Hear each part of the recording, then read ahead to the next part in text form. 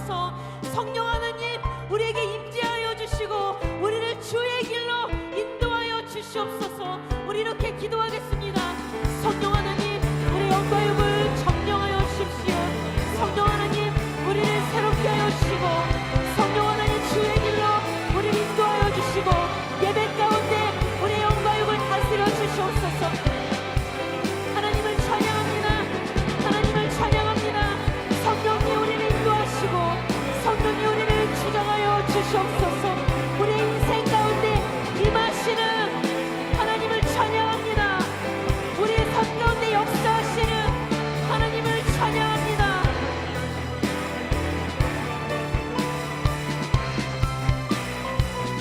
우리 성령 하나님의 임재하심을 구하며 나아갑시다. 함께 만세.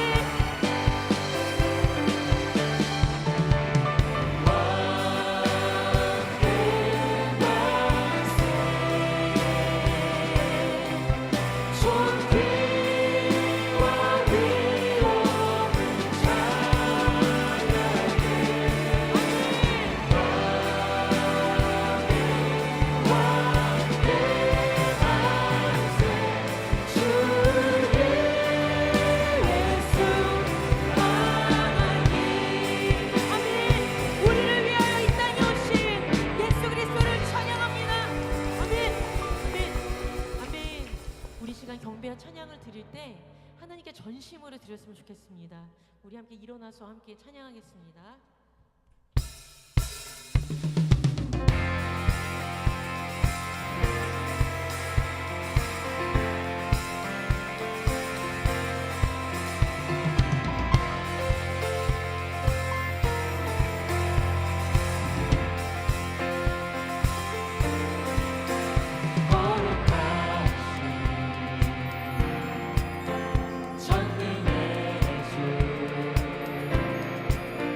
찬양하리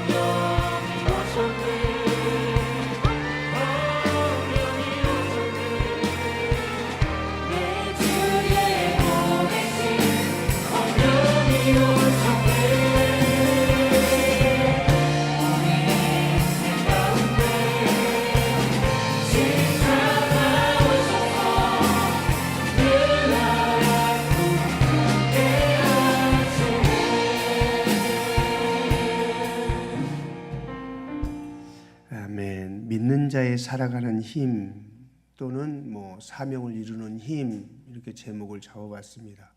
믿음을 가진 사람들이 어떻게 살아갈까? 어떤 힘으로 살아가나? 사명을 가진 자가 그 사명을 이루는데 어떤 힘으로 그 사명을 이루며 살아가나? 그 말씀, 그것을 주제를 중심으로 말씀을 나누겠습니다. 성경에는 많은 인물들의 이야기가 기록되어졌고 그 인물들의 이야기 가운데 죽고 나고 이런 이야기가 열거되어져 있죠. 근데 오늘 우리가 읽은 이 본문을 보게 되면 스데반의 죽음의 이야기가 기록되어져 있습니다. 그런데 스데반의 죽음의 이야기가 굉장히 상세하게, 아주 소세하게, 그렇게 조밀하게 기록했다라는 것을 우리가 발견할 수 있습니다. 참 이상합니다. 이렇게까지 상세하게 죽음의 장면을 묘사해낸 적이 많지 않습니다. 또 특징 중에 하나가 뭐냐면 성경에는 아무리 위대한 인생을 그리더라도 그들의 인생 가운데는 굴곡을 말합니다. 굴곡. 그 인생을 표현할 때 굴곡을 말하는데, 예를 들어서 믿음의 조상 아브라함은 어떻습니까? 그가 믿음의 조상으로 부름을 받았지만 그의 인생은 파란만장했습니다. 그죠? 부름을 받고 그렇게 언약을 성취하기 위해서 가지만 거짓과 넘어짐과 실수, 이런 것들이 수없이 많이 있었습니다. 그런데 스데반은, 오늘 성경은 일관성 있게 성경이 이 스데반을 극찬하면서 기록하고 있다는 겁니다. 그 인물을 일관되게 극찬하면서 묘사해냅니다. 오늘 성경을 보면 스데반을 묘사할 때 성령과 지혜가 충만했다, 믿음과 지혜가 충만했다, 은혜와 권능이 충만했다, 이렇게 일관된 묘사를 계속 진행해 나갑니다. 그가 실수했다거나 어떤 넘어졌다거나 그런 기록이 없습니다. 일부러 뺀 것도 있을 수 있겠지만 거의 어떻게 보면 본문을 보면 거의 완벽할 정도로 이 스데반에 대해서 성경은 극찬을 아끼지 않고 있습니다. 왜 그럴까? 왜 그럴까? 우리에게 스데반을 닮아가라, 그런 거일까요? 성경의 일관된 원칙은 세 가지가 있죠. 인간은 철저한 죄인이다. 죄인이었기 때문에 우리에게 죽음이 찾아오게 되었다. 그래서 하나님은 본질이 사랑이시기 때문에 그 인간들을 그대로 방치하지 않고 아들을 보내셔 우리를 어떻게 사랑하셨는지를 나타내셨다. 그 이야기가 성경 전체 흐르는 맥락입니다. 그러니까 하나님은, 성경은 어떤 한 인간을 조명하기 위해서 그 인간의 이야기를 기록한 게 아니고 우리 인간에게 하나님의 사랑이신 예수 그리스도를 보내셔서 그 예수 그리스도를 통해서 우리를 어떻게 사랑하셨는지를 일관되게 조명하는 것이 성경의 이야기입니다.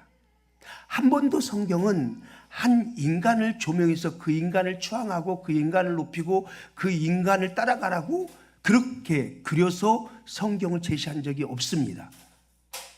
단지 우리가 그것의 해석을 그렇게 인간의 초점을 맞추는 거죠.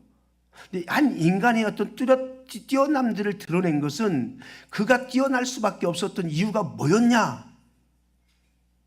이걸 조명해서 위대하신 하나님께로 우리 시선을 이끌어내기 위해서 인간을 표현해낸 거지, 그 인간을 닮아가라 그러기 위해서 성경을 기록하지 않았다는 겁니다. 이게 성경의 대원칙입니다.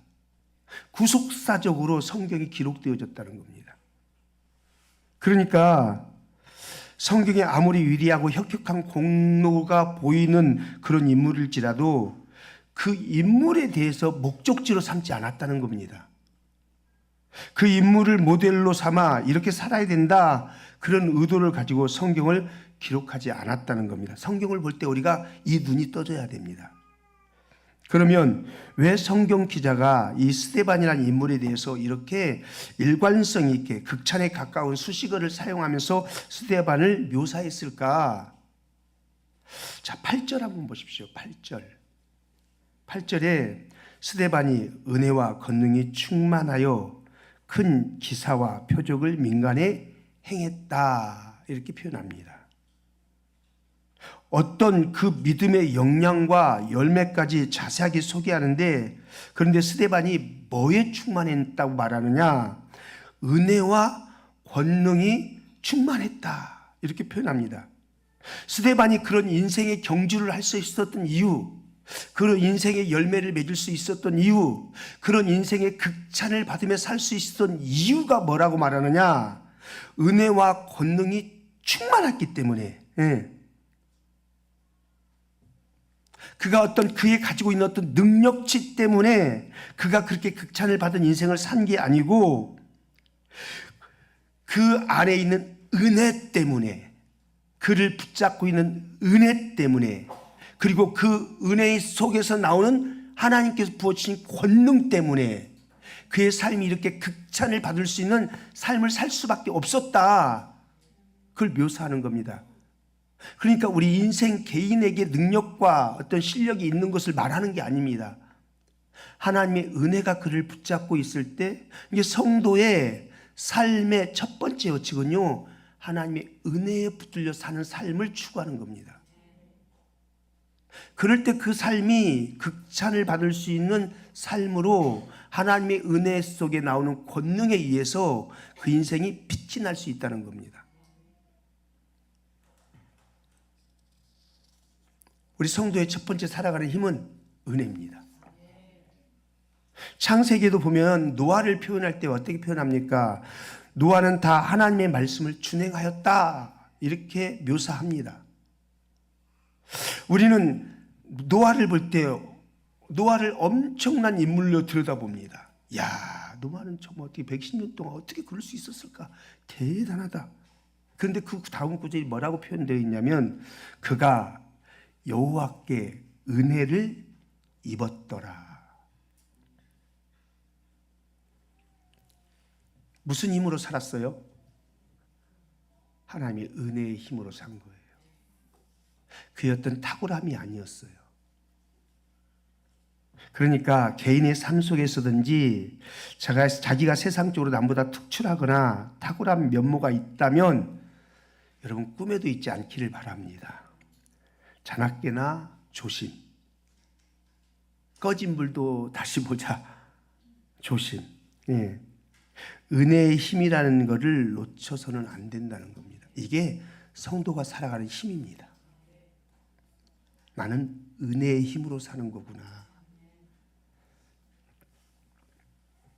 만약에 그게 나의 어떤 탁월함, 나보다 내가 어떤 조금 더 나은 재능, 이것으로 자랑이 나오면 안 돼요.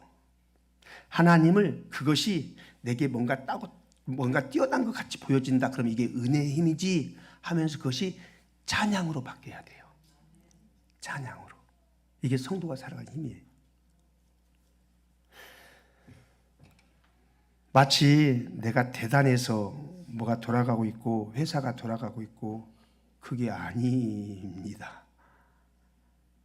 우리는 그럴 때마다, 출근할 때마다 문 앞에 그 거울을 걸어놓고 한번 거울을 보면서 흔들고 가야 돼요. 내가 아닙니다. 흔들고 가야 돼요. 회사가 나 때문에 돌아가는 게 아닙니다. 내가 대단해서 뭔가 이 일이 이루어지는 게 아닙니다. 내가 아닙니다. 은혜의 힘입니다. 고개 한번 흔들고 돌아가. 한번 흔들어 보세요.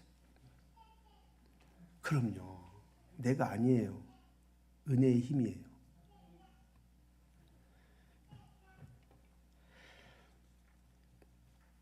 여러분, 교회를 이루는 조건 가운데 교회 토대가 뭐냐면요, 은혜예요. 교회의 토대는 은혜. 왜 예수 그리스도의 십자가의 죽으심이 기초한 것이 교회 공동체지 않습니까? 그죠? 여러분과 제가 어떤 은혜의 부르심을 받은 공동체, 교회를 이뤘지 않습니까? 그러니까 우리는 여기 있을 수 있는 존재들이 못 됩니다. 근데 하나님의 은혜 때문에 교회 공동체, 교회라는 것이 이루어졌습니다. 그러면 이 교회를 움직이고 교회를 이끌고 교회를 세우고 하는 토대는 뭐냐면 예수 그리스도의 십자가의 은혜입니다. 이 은혜가 무너져 버리면 교회 공동체는 무너져 버리는 겁니다. 그러니까 우리의 우리됨, 나의 나됨, 이것은 하나님의 은혜입니다. 여기 공동체 안에서 자랑이 나오기 시작하면은 이미 은혜의 토대가 무너져 버리는 겁니다. 내가 수고하고 애쓰지만 그것이 나의 공로가 아니라 하나님의 은혜입니다. 그래서 은혜가 강하면은 교회 공동체에 헌신이 강해지게 되고요. 봉사가 강해질 수밖에 없습니다. 왜냐하면 교회를 움직이는 게 은혜이기 때문에요. 그죠?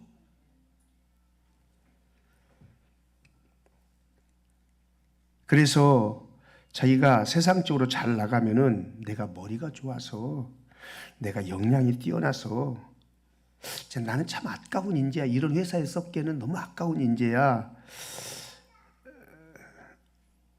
그 사람한테 뭐라고 말해줘야 돼요? 아닙니다. 그래 해줘야 돼요. 아닙니다. 은혜입니다. 이렇게 해줘야 돼요. 옆 사람에게 해줘보세요. 아닙니다. 은혜입니다. 그런 거 있죠. 우리 집에서. 아유, 나 없으면 우리 집, 아이고. 자, 다시 한번 바라보면서 아닙니다. 은혜입니다.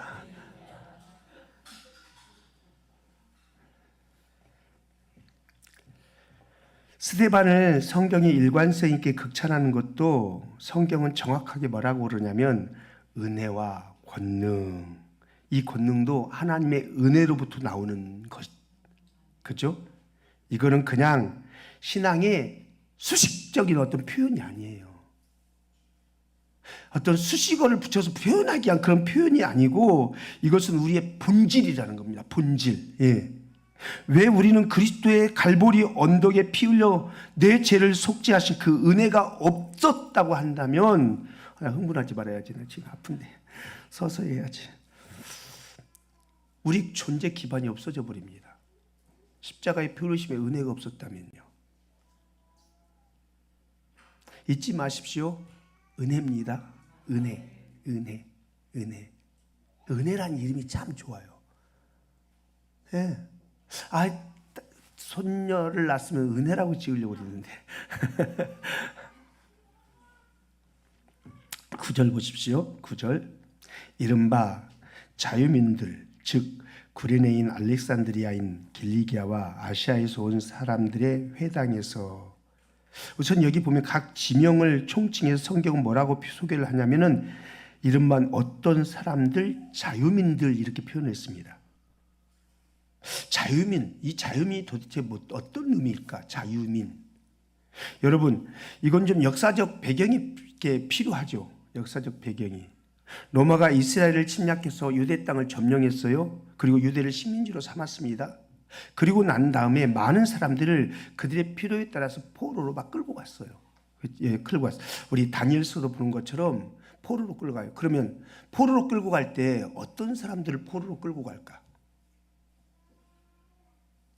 포로로 끌고 갈 때 어떤 사람을 기준점에 두고 포로로 끌고 갈까?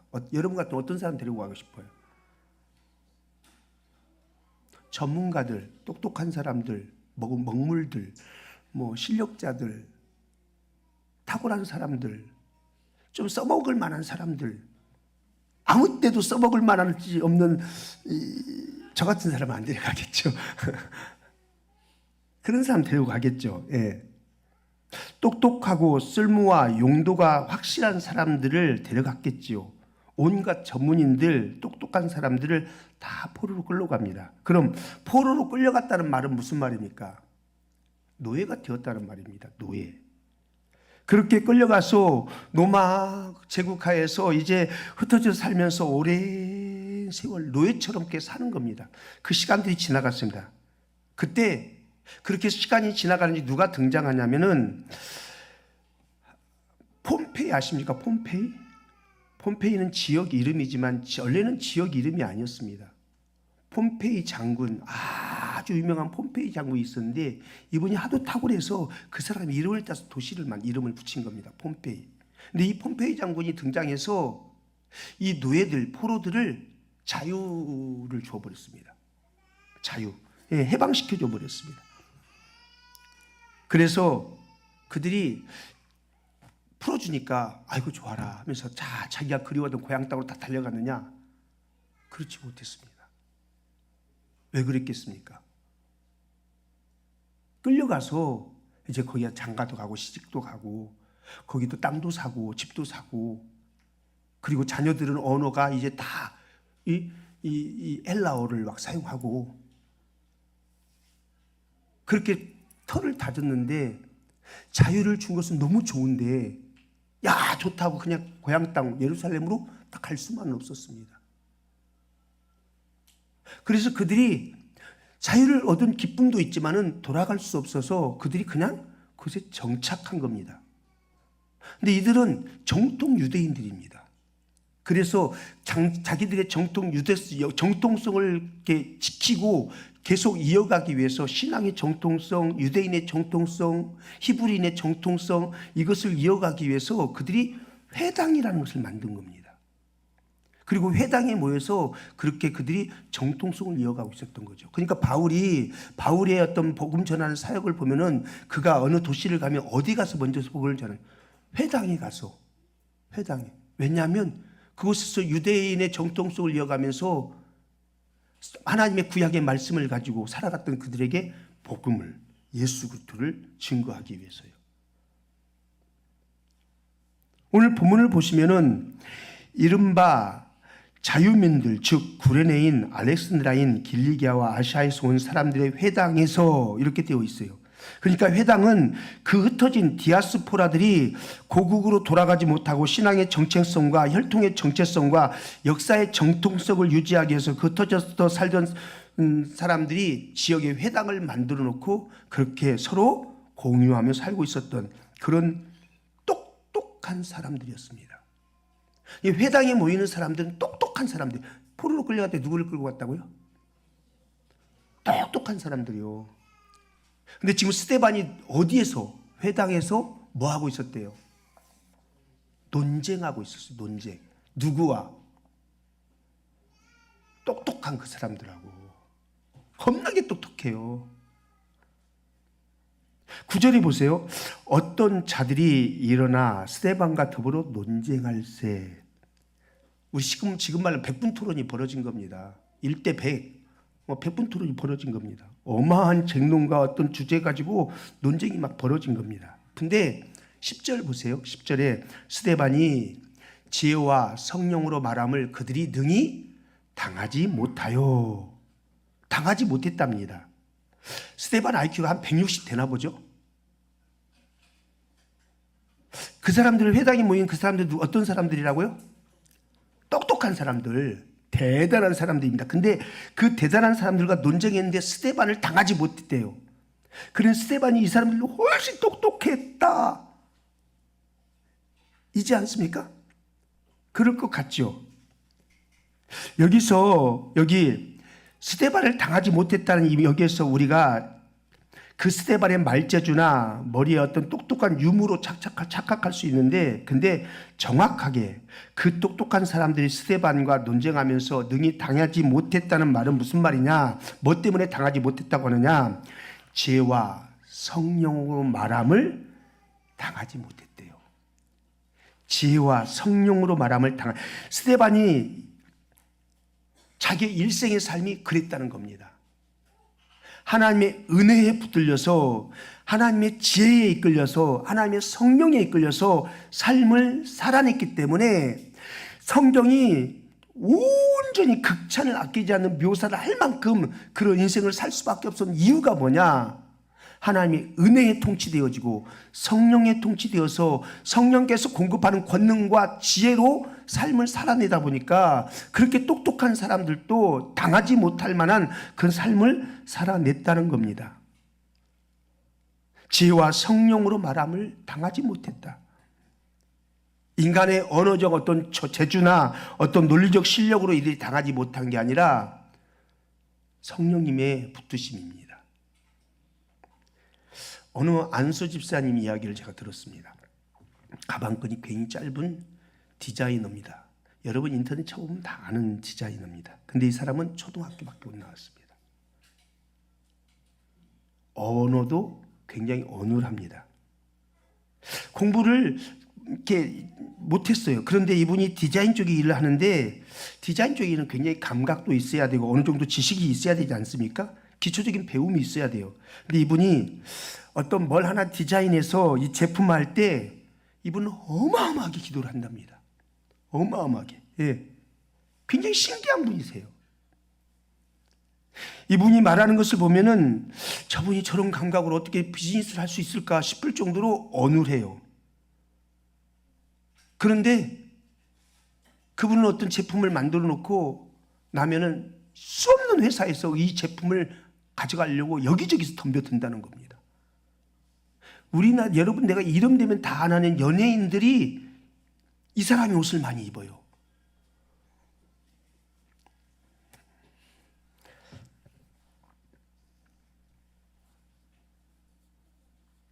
근데 이분은 디자인 할 때마다 수 없는 기도를 드린대요. 수 없는 기도를. 하나님, 나는 배우지도 못했습니다. 하나님, 나는 센스도 없습니다. 하나님, 보시다시피 저는 감각도 없는 사람입니다. 하나님, 제게 지혜를 주십시오. 수없이 기도를 한답니다. 그래서 수많은 사람들이, 수많은 회사가 제품만 내놓으면 다 런칭하려고 덤벼든답니다. 스데반의 삶이 바로 이러했습니다. 스데반이 살아냈던 두 번째 힘, 성령님의 이끄심, 이걸 경험했다는 거죠. 성령께 매달려져 있는 삶. 여러분, 성령님은 교회 안에서만 역사하시는 분이 아니십니다. 성령님은 내 비즈니스의 현장에서도 역사하십니다. 성령님은 내 삶의 현장에서도 역사하시고, 내 학교에서도 역사하시고, 내 직장에서도 역사하시고, 성도는, 믿음을 가진 우리들은 이것을 고정된 핀처럼 그렇게 생각하고서 호흡하며 숨을 쉬듯이 그렇게 성령님께 의탁되어진 그런 삶을 살아갈 때 성도가 사명을 이기며 살아갈 수 있는 힘이 되어집니다. 성령님, 이럴 때는 어떻게 해야 되죠? 성령님, 이거 어떻게 하면 좋죠? 성령님, 이거 어떻게 하죠? 어제 청년들하고 잠깐 밥을 먹다가 제가 제 옆에 있는 몇 명 애들에게 대화를 하다가 천기두서를 했습니다. 우리는 행복하기 위해서 삶을 삽니다. 행복하기 위해서 공부합니다. 그죠?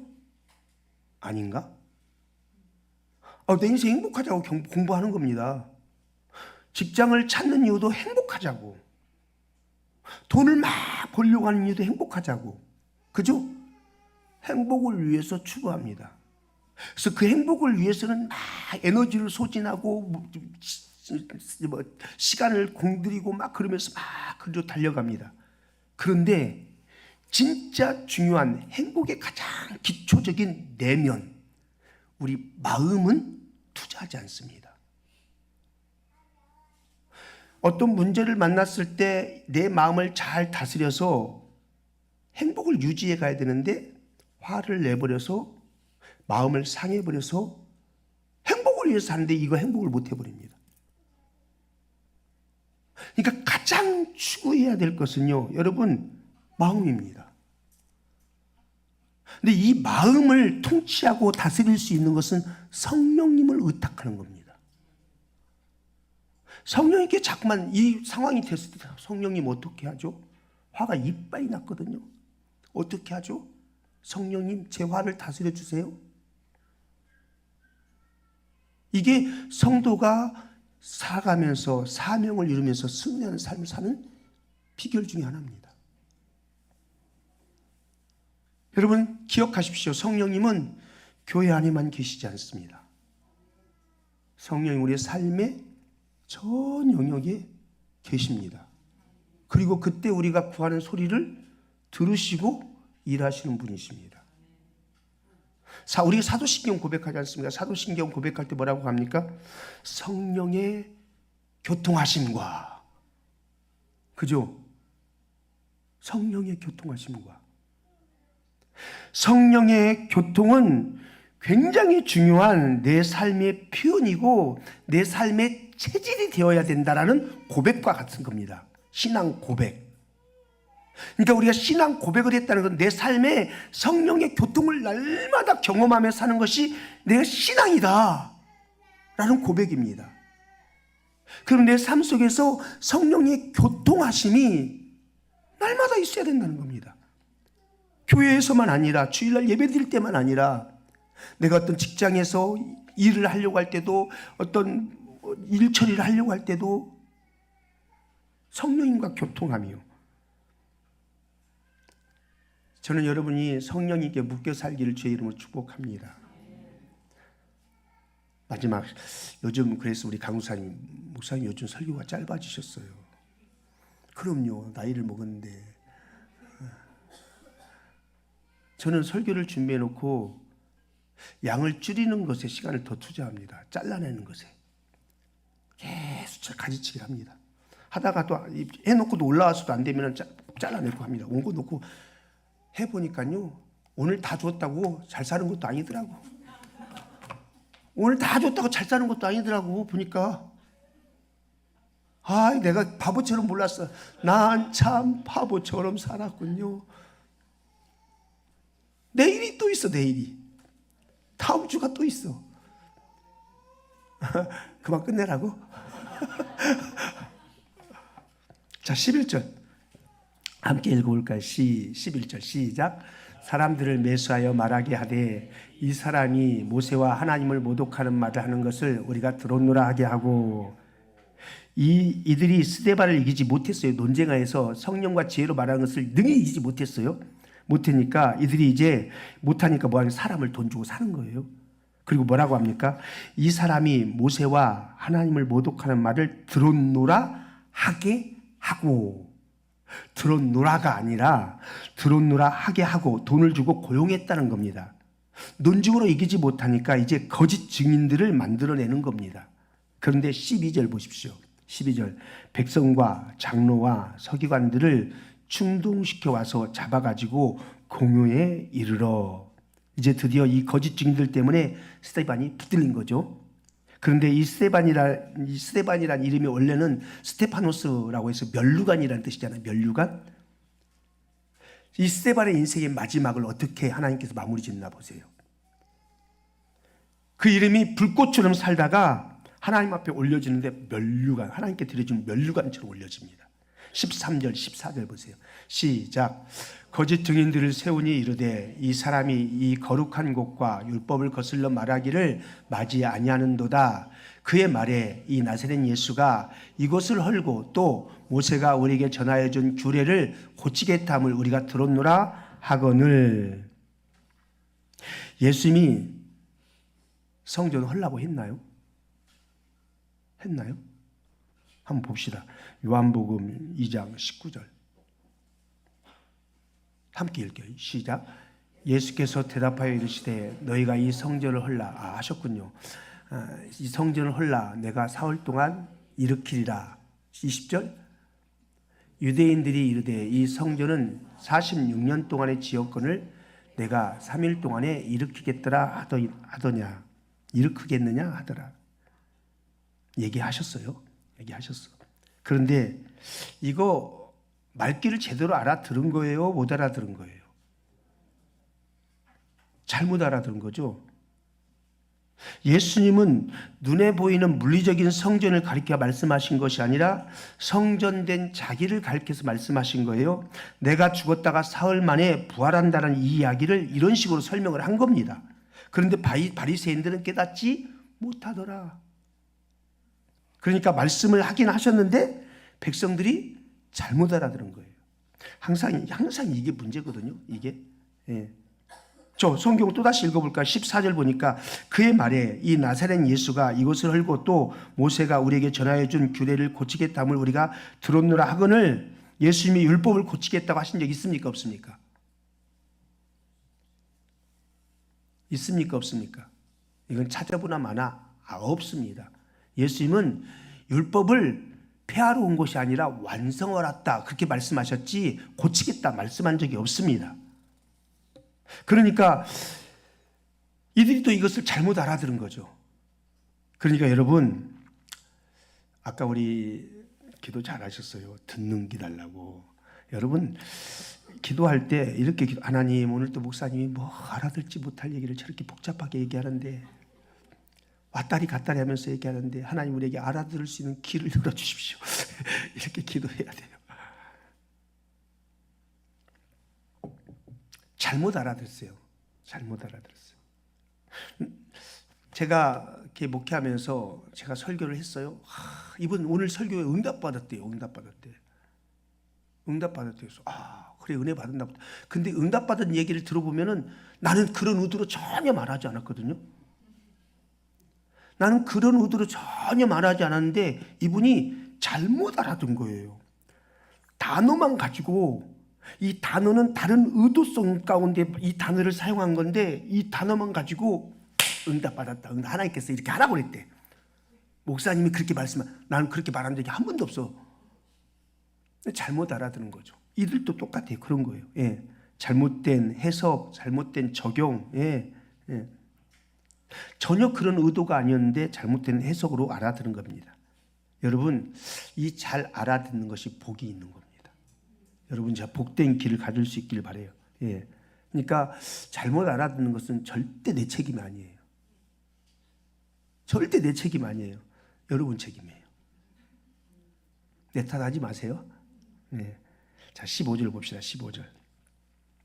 공회 중에 앉은 사람들이 다 스데반을 주목하여 보니 그 얼굴이 천사의 얼굴과 같더라. 자, 여기서 우리가 조금 세밀하게 이 표현을 좀 주목해 봤으면 좋겠어요. 천사의 얼굴과 같았더라. 여러분, 이 천사의 얼굴과 같았더라 이 말은 저자가 본 눈으로 쓴 거예요? 아니면 이들이 공격하고 있는 이들의 눈으로 본 것을 쓴 거예요?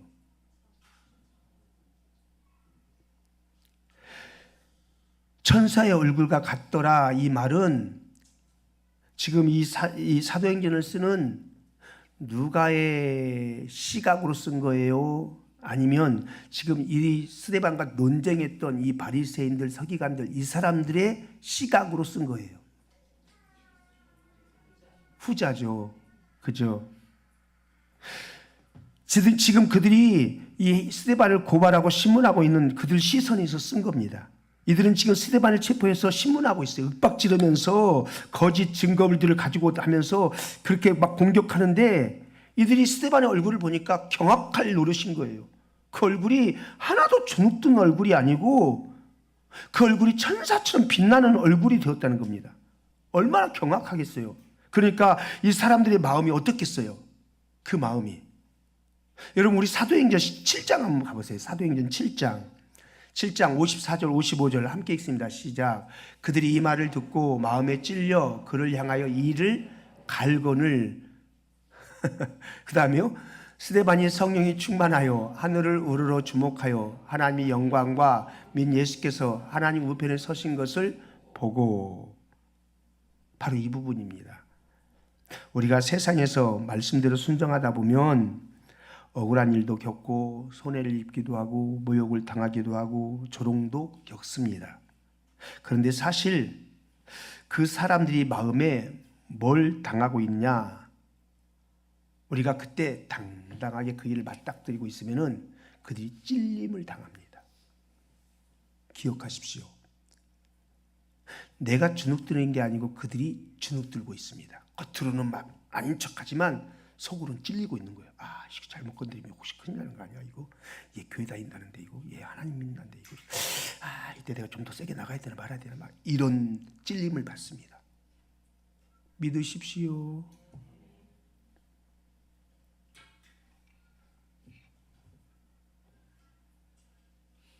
역설적으로 스데반의 얼굴은 그 사람들의 눈에 어떤 얼굴처럼 빛났대요? 천사의 얼굴처럼 비춰졌답니다. 그러면 이 얼굴의 모습은 뭐의 반영이겠어요? 뭐의 반영이겠어요? 여러분 얼굴은 내면의 반응입니다. 그죠? 내면이 평안하면 얼굴도 평안합니다. 내면이 기쁘면 얼굴이 감출 수가 없이 기쁩니다. 그죠? 내면이 불편하면 아무리 웃어도 썩소가 됩니다. 우리 시아에게 제가 시아야 일로 와 그러면은요 시아의 내면이 불편합니다. 걔가 분명히 웃고 있는데 썩소입니다. 네. 일로 와. 근데 지네 할아버지가 오라고 그러잖아요. 그러면 내면이 편안하니까 썩소가 아니라 활짝 한박 웃음을 하면서 지네 할아버지한테 갑니다. 얼굴은 내면의 표현입니다. 지금 스데반이 공격을 받고 있는데 그 얼굴이 어떻게 처럼 빛났다면 천사의 얼굴 같았답니다. 그 내면은 지금 평안하다는 겁니다. 근데 그 얼굴을 보는 이들은 이를 갈면서 그 내면이 지금 쭈글쭈글해지는 겁니다. 여러분, 모세의 얼굴이 빛났습니다. 그래서 수건으로 가릴 정도였습니다. 모세가 왜 얼굴이 빛났죠? 40일 동안 그가 시내산에서 누구와 함께 있었습니까? 무엇에 집중함이 있었습니까? 하나님과 함께 하나님께 계속 집중되어 있었습니다. 그 집중되어 있었던 그것이 그 내면에 그대로 들어와서 외면으로 반영된 겁니다. 그러니까 내가 무엇을 집중하느냐가 내 얼굴의 색깔을 만들어냅니다. 내가 근심에 집중하면은 내 얼굴은 근심 덩어리 얼굴이 됩니다. 그러나 내가 기쁨에 집중하면 내 얼굴은 기쁨의 얼굴이 되어집니다. 하나님과 계속 접촉하는 일들을 하기 시작하면은 하나님의 빛이 우리에게 들어옵니다. 그러나 어둠과 계속 접촉하면은 내 얼굴은 어둠의 빛이 들어오게 됩니다. 무엇에 주목하였느냐에 따라서 그 얼굴이 반영되어집니다. 지금 스데반은 고난을 당하고 공격을 당하고 압박을 당하고 윽박지름을 당하면서 코너에 몰리고 있지만 스데반은 지금 무엇을 집중하고 있습니까? 그 고난, 그 어둠을 집중하지 않습니다. 오늘 낮 예배 때 말씀하고 비슷하죠. 어둠에 집중하지 않습니다. 하늘이 열린 보좌 위에 일어서신 예수 그리스도를 집중해 버립니다. 그러니까 그 얼굴이 천사의 얼굴같이 빛났다 그렇게 말합니다. 그 얼굴에 주님의 영광스러움이 반영된 겁니다. 여러분, 얼굴의 반영은 그 사람의 내면에 무엇을 몰두하고 무엇에 집중한가가 나타납니다. 다니엘이 불구덩이까지 빠졌을 때 하나님께서 그에게 찾아가셔서 그를 건져내시죠. 저는 오늘 본문을 읽다가 야, 이제 스데반을 건져내시겠지. 그냥 제가 한번 상상력 앞의 내용을 모른다는 생각하고 이렇게 바로 앞길만 추적하지 해본 거죠. 야, 그래. 이제 스데반 살겠구나. 보좌에서 주님이 서셨는데 야, 이제 살겠구나. 근데 다니엘은 건져줬는데 스데반은 어떻게 합니까? 그 죽음에 대해 던집니다.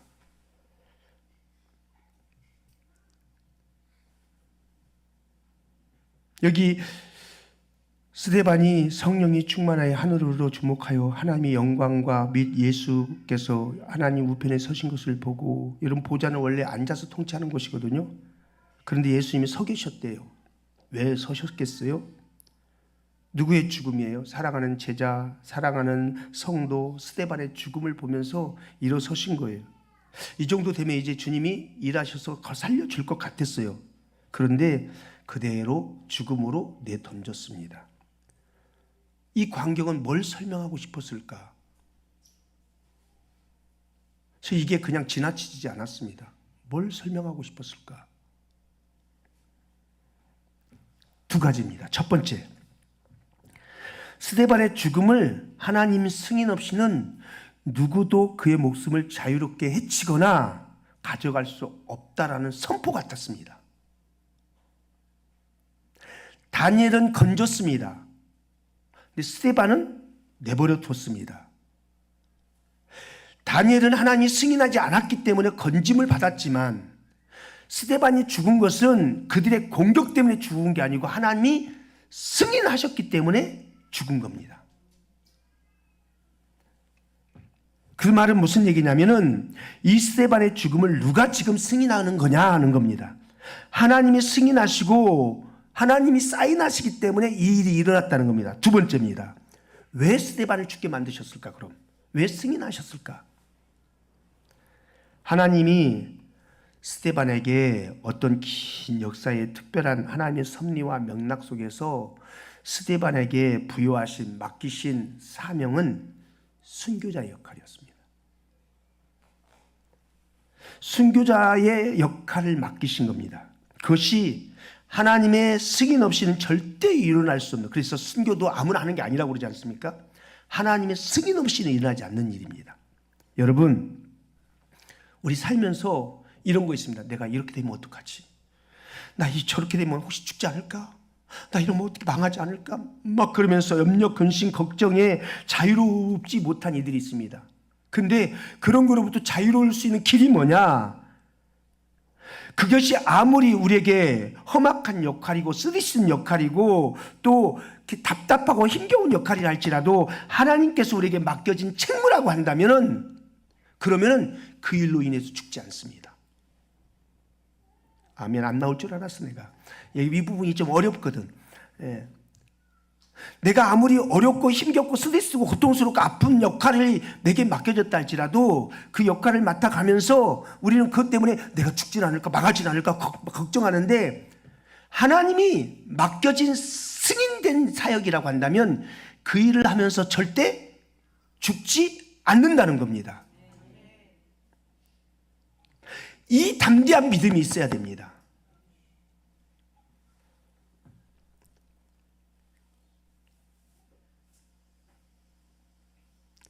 내가 사는 것도 주의 영광을 위해서 살고요, 죽는 것도 하나님의 영광을 위해서 죽게 되어 있습니다.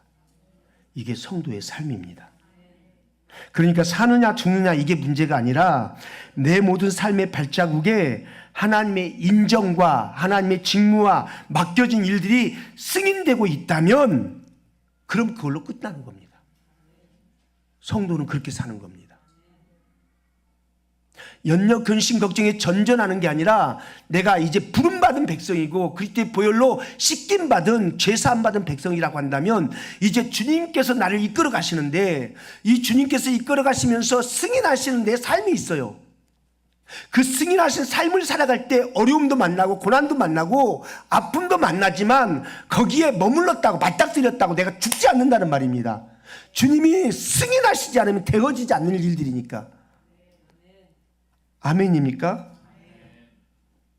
제가 가끔씩 개척교회 목사님들을 만납니다.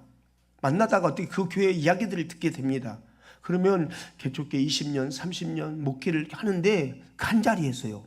한 자리에서 목회를 하는데 성도가 뭐 10명, 15명, 20명 이렇게 목회를 하는 겁니다.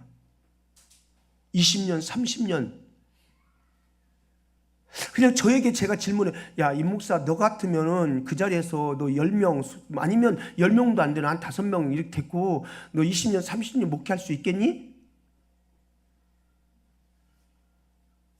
정말 과장 없는 진실된 대답은 네 라고 대답하기가 어려웠습니다.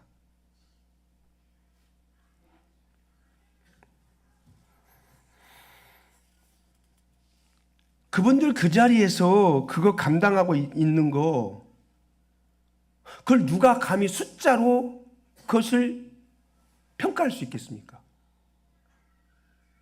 누군들 대형교회 목회 안 하고 싶겠습니까? 누군들 도시 목회 안 하고 싶고 누군들 풍성한 목회 안 하고 싶겠습니까?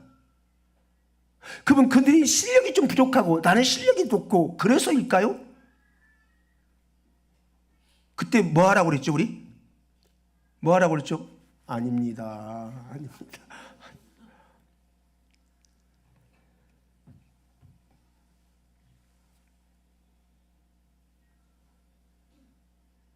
그들이 그렇게 아무도 시선을 주지 않은 그 외로움을 싸움을 싸워갈 수 있었던 것은 하나님이 그 일을 하나님이 승인하셨기 때문입니다. 네. 그러니까 그 하나님의 그 승인 때문에, 맡겨진 사명 때문에 그 자리를 버리지 못하고 힘겹기도 하고 삶의 어떤 재정적인 압박도 받기도 하고 자녀들이 그 아픔 숨소리를 경험하기도 하지만 그 자리를 계속 지키며 갈 수 있는 것은 하나님께서 그에 부여하신 승인 때문에 그 일을 하고 있는 겁니다. 근데 그들이 망하느냐? 그렇지 않다는 겁니다. 여러분 5달란트, 2달란트, 1달란트 비유 얘기하지 않습니까? 종들에게 그 달란트를 맡길 때 재능대로 맡겼다 그렇게 말합니다.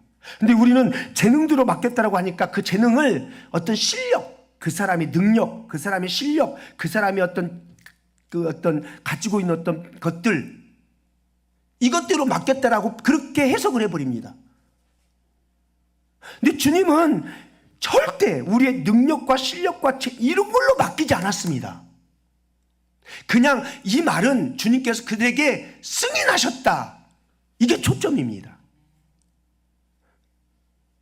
그래서 이 사람은 이것을 5단트를 감당할 수 있는 사람이니까 5단트 맡겼고, 이 사람은 2단트를 밖에 감당하지 못하니까 2단트, 그게 그런 해석이 되면 안 됩니다.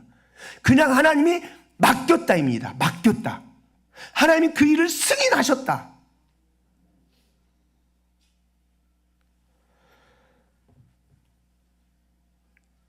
그러니까 내가 많이 가졌고 더 높은 자리에 있다고 감히 누가 함부로 자기를 드러낼 수 있겠냐는 거죠.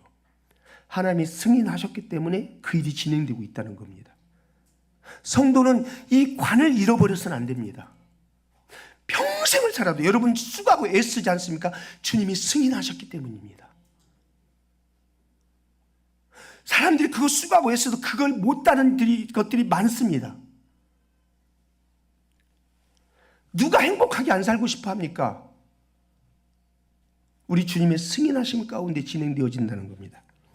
그래서 오늘 우리가 끝까지 주님 앞에 죽도록 죽기까지 충성하는 스데반에게 그 순교의 사명과 그 영광과 그 역할을 주님께서 맡겼다는 겁니다. 누구의 승인 아래요? 하나님의 승인 아래.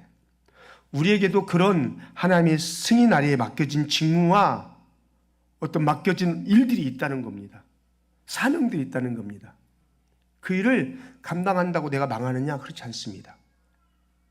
충성스럽게 우리는 달란트 비유를 통해서 우리가 배우는 것처럼 충성스럽게 감당하는 것 외에는 말할 게 없습니다. 왜 저 사람에게는 2달란트 주고 나는 1달란트 기분 나빠도 못하겠습니다. 그럴 일이 아니라 왜 저분은 목사하게 하고 나는 이렇게 집사하게 해가지고 맨날 저 사람 밑에서 내가 설교 듣게 합니까? 맡겼다는 겁니다. 제가 또 얘기하지만 화장실 청소와 설교 2가지 다 중요합니다. 설교는 거룩하고 화장실 청소는 거룩하지 않다. 누가 그렇게 말합니까? 주님은 너 설교했던 너니까는 너는 소중한 존재구나. 너는 화장실 청소나 했구나. 절대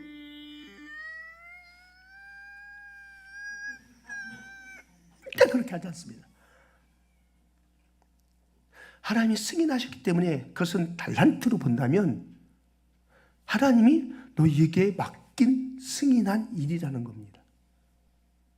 그러니까 여러분, 우쭐대는 일은 교만인 거예요. 나를 자랑하는 일은 교만인 거예요. 하나님의 부름받은 자로서 살아가는 그 삶의 태도가 이미 어긋나 버린 거예요. 우리 공동체 안에 이 은혜의 물줄기가 터지길, 이 은혜의 물줄기가 흐르기를, 그래서 그 하나님의 은혜에 이끌려져서 성령님께 통치를 받으면서 내게 주신 모든 것은 하나님의 승인 속에서 이루어졌다라는 이 신앙의 원칙을 가지고 오늘 또 믿음의 걸음을 걸을 수 있기를 주님의 이름으로 축복합니다. 아멘.